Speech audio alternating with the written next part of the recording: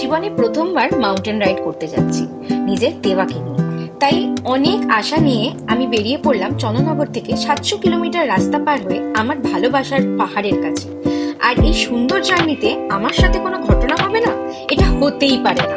এত মাথাটা গরম হয়ে গেছে না, বিশ্বাস করে আমি না মেরে দিতাম নেবে তাকে দিল, নাকটাই খুলে বেরিয়ে চলে গেছে। আরে আরে আরে, তোমাদের তো দেওয়ার সাথে আলাপই করানো হয়নি। এটা আমার বাইক, যাকে আমি ভালোবেসে ডাকি দেবা, আমার সবসময় সুখ দুঃখের সাথী। তো আর দেরি না করে শুরু করা যাক আমার 2026-এর নর্থ বেঙ্গল সিরিজের প্রথম এপিসোড। হ্যালো বন্ধুরা, good morning, welcome to my channel. অনেক দিনকার প্ল্যান, অনেক দিনকার প্রস্তুতি নিয়ে ফাইনালি আজকে সেই দিনটা এসে গেল, যেদিনকে আজকে আমার বেরোনোর দিন। তো এদিকে আমার অলমোস্ট প্যাকিং, মানে অলমোস্ট প্যাকিং সবই কমপ্লিট। আমি এখন বাজে রাত্রির 2টো, আমি উঠে পড়েছি, ব্যাগ বেঁধে বেরোতে হবে। তো দেখা যাক, রাস্তায় বেরিয়ে তোমাদের সাথে কথা হচ্ছে। এটা লাগিয়ে দাও তো, এই জ্যাকেটটার উপর দিয়ে লাগাও, এটা জ্যাকেটটার উপর দিয়ে লাগাও।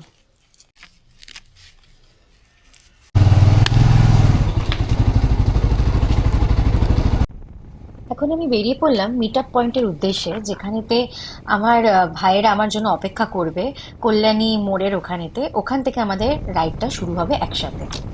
এই রাইডটা আমি আমার 3টে কাজিন ব্রাদারের সাথে করছি, আর এই রাইডটা আমাদের 4 জনের জন্য একটা নতুন এক্সপিরিয়েন্স হবে। আর আমরা আজকে ডিরেক্ট শিলিগুড়ি অবধি আমাদের ডেস্টিনেশন রেখেছি। হাই কর। হাই। তো আমরা এখন কল্যাণী মোড়েতে দাঁড়িয়ে আছি। আমার একটু লাগেজটায় প্রবলেম হয়েছিল, লাগেজটা বেঁধে দিয়েছে আমার ভাই। এদের সাথে এখানে মিট করেছি, এরা এসছে বারুইপুর থেকে। এবার এখান থেকে এগোবো। কি বল? যখন যাবো জিগজ্যাগ ফরমেশনে যাবো, ঠিক আছে? আর একটা মিনিমাম ডিস্টেন্স বজায় রাখবি, খুব পিছনে যাবি না, খুব ইয়েতে যাবি না, ঠিক আছে? আমার আগে কেউ আছে, আমি কিছু দেখতে পাচ্ছি না, এমন অবস্থা এটা। আর তার উপরে তো আমার ফগ লাইটটা মানে ব্লিঙ্ক করছে, ফগ লাইটটা জ্বলছে না। বুঝতে পারলাম না কি হয়েছে এটা। আস্তে আস্তে যেতে হবে, যা অবস্থা দেখতে পাচ্ছি।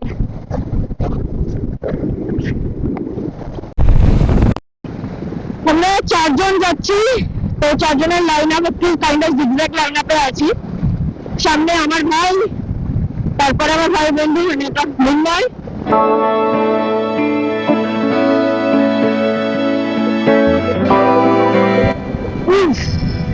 এমনি ঠান্ডা, এইদিকে পুরো কুয়াশা, ওদিকে সূর্য উঠছে।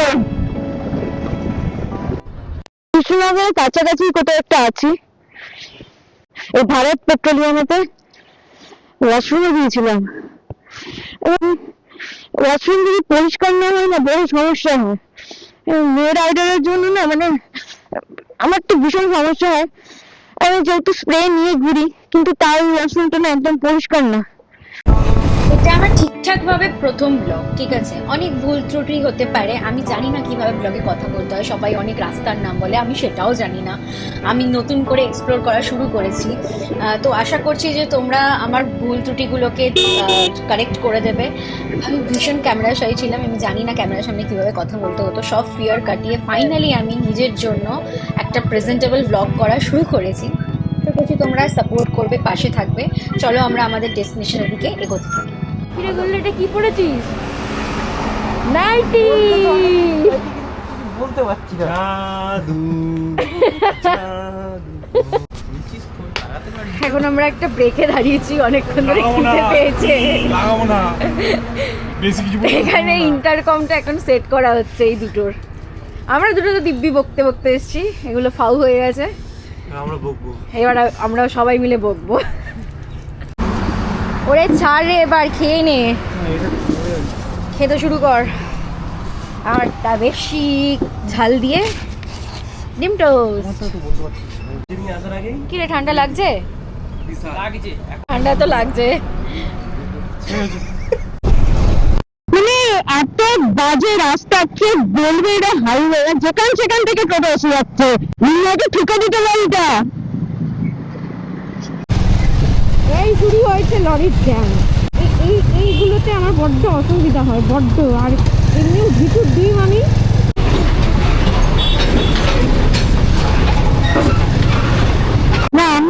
জানতে চাই, এই হেলমেট ছাড়া কি এই রোডেতে কি মানে যাওয়া যায়? এটা কি অ্যালাউ যাওয়াটা?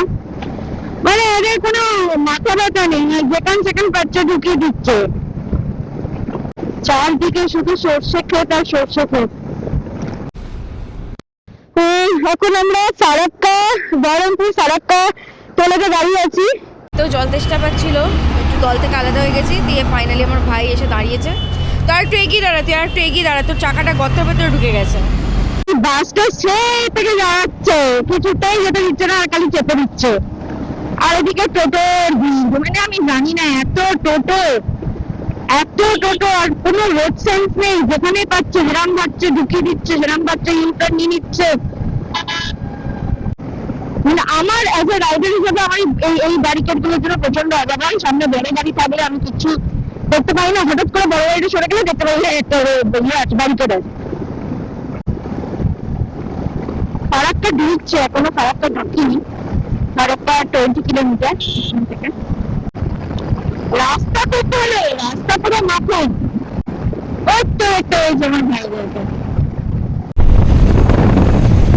এক্ষুনি একটা বিশাল অ্যাক্সিডেন্ট হতে বাঁচলাম। এই সামনে যে গাড়িটা যাচ্ছে, এতটা ট্রিপল রাইডিং করছে, মাথায় হেলমেট নেই, হুট করে একটা লরি দাঁড়িয়ে আছে বলে বাঁ দিকে হুট করে গাড়িটা ঘুরিয়ে দিল। একবারও ইন্ডিকেটর তো দেওয়ার নামও নেই, একবারও পেছন দিকে তাকালেও না, দেখলেও না, হ্যাঁ যে কে আছে না আছে, হুট করে মেরে দিয়ে চলে গেল। আমার ফগ লাইটটাকে দেখিয়ে দিল, ফগ লাইটটা দাঁড়িয়ে এখন ঠিক করতে হবে। এই তিনটে গুণধর যাচ্ছেন মাথায় হেলমেট ছাড়া যাচ্ছে গুণধর তিনজন, ফগ লাইটটাকে দেখিয়ে দিল, ওদের দিল, নাটটাই খুলে বেরিয়ে চলে গেছে। রিপটাই মারতে হবে এটা।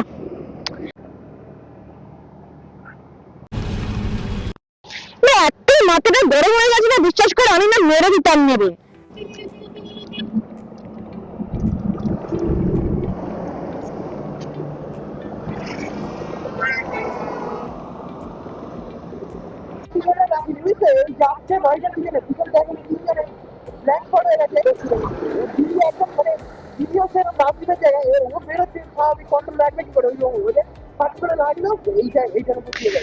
আমার গাড়ি হঠাৎ করে স্টার্ট বন্ধ হয়ে গেছিল।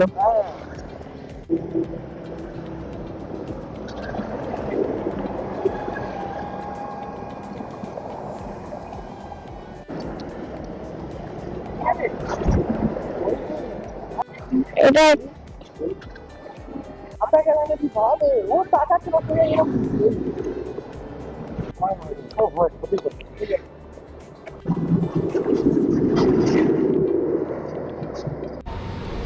পেট্রোল পাম্পে দাঁড়িয়ে আছি, ওয়াশরুম। এটা আমার মানে সেকেন্ড বড় রাইড। এর আগে গেছি, কিন্তু এখানে একদম বাড়ি থেকে ডিরেক্ট যাইনি। ব্যাস, আমার দ্বারা ব্লগ হবে না, ব্লগ করতে গেলেই কোনো না কোনো কাণ্ড হয়ে যায়। এটা ফারাক্কা ব্রিজ ক্রস করছি আমরা।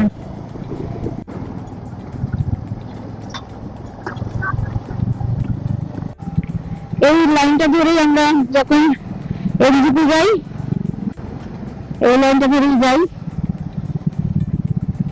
আজকে বাইকে যাচ্ছি, হ্যাঁ যখন ট্রেনে যেতাম তখন ভেবেছিলাম যে ওখান দিয়ে বাইক নিয়ে যাবো, তো আজকে ওখান দিয়ে বাইক নিয়ে যাচ্ছি, ট্রেনে যাচ্ছি না। এদেরকে রাস্তা পার করতে হবে কারণ সিগন্যালটা ওপেন হয়ে গেছে। আমরা কালিয়া চকে আছি এখন, খুব জোর খিদে পেয়েছে। মাংসে মানে 100 টেনে দিয়েছি বল। আমরা এখন কি ধাবা এটা? পরদেশি ধাবা। বলছি তুই ভালো চালাতে পারছিস তো? কেমন চালাতে পারছি? আমরা এখন পরদেশি ধাবাতে আছি, পরদেশি ধাবাতে লাঞ্চ করব। কিছু হেভি কিছু খাবো না, খুব লাইট কিছু একটা খাবো, তাই তো? কি খুব লাইট কিছু একটা খাবো। আমি লাইট খেতে পারছি না, বাড়িতে লাইট খাবো, এখানে আরে লাইট করে এরপরে খেয়ে আবার গাড়িটা চালাবি তো, ঘুমোতে গাড়ি চালাবে না। ভাত খাবো না আমি, ভাত না খেলেও পেট ভরে খেলেই 10 প্যাকেট কফি খেতাও চালাবো।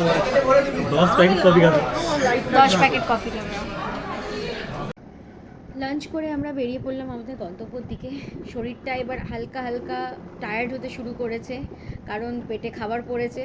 এবার একটু অসুবিধা হচ্ছে গাড়ি চালাতে, চলো দেখি কতদূর কি যাওয়া যায়। কি সুন্দর লাগছে।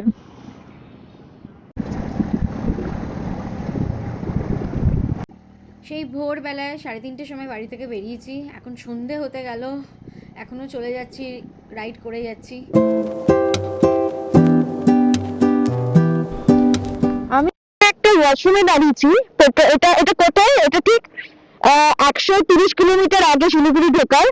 তো এই ওয়াশরুমটাতে আমি ঢুকতে গেছি, তখনই দেখছি মানে প্রথমত আমি কোনো রকম একটাই ওয়াশরুম পাচ্ছি না যেটা পরিষ্কার, পেট্রোল পাম্পের ওয়াশরুম পরিষ্কার নয়। তো আমি এইখানে ওয়াশরুমেতে দাঁড়িয়েছি, ঢুকতে গিয়ে দেখি দুটো ওয়াশরুমেতে দুটো জেন্টস, লেডিস ওয়াশরুমে জেন্টস।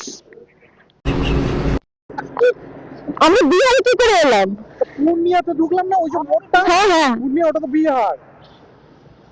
দেখ পেট্রোলের রেট দেখ 106। রাস্তা যেন আজকে শেষ হচ্ছে না।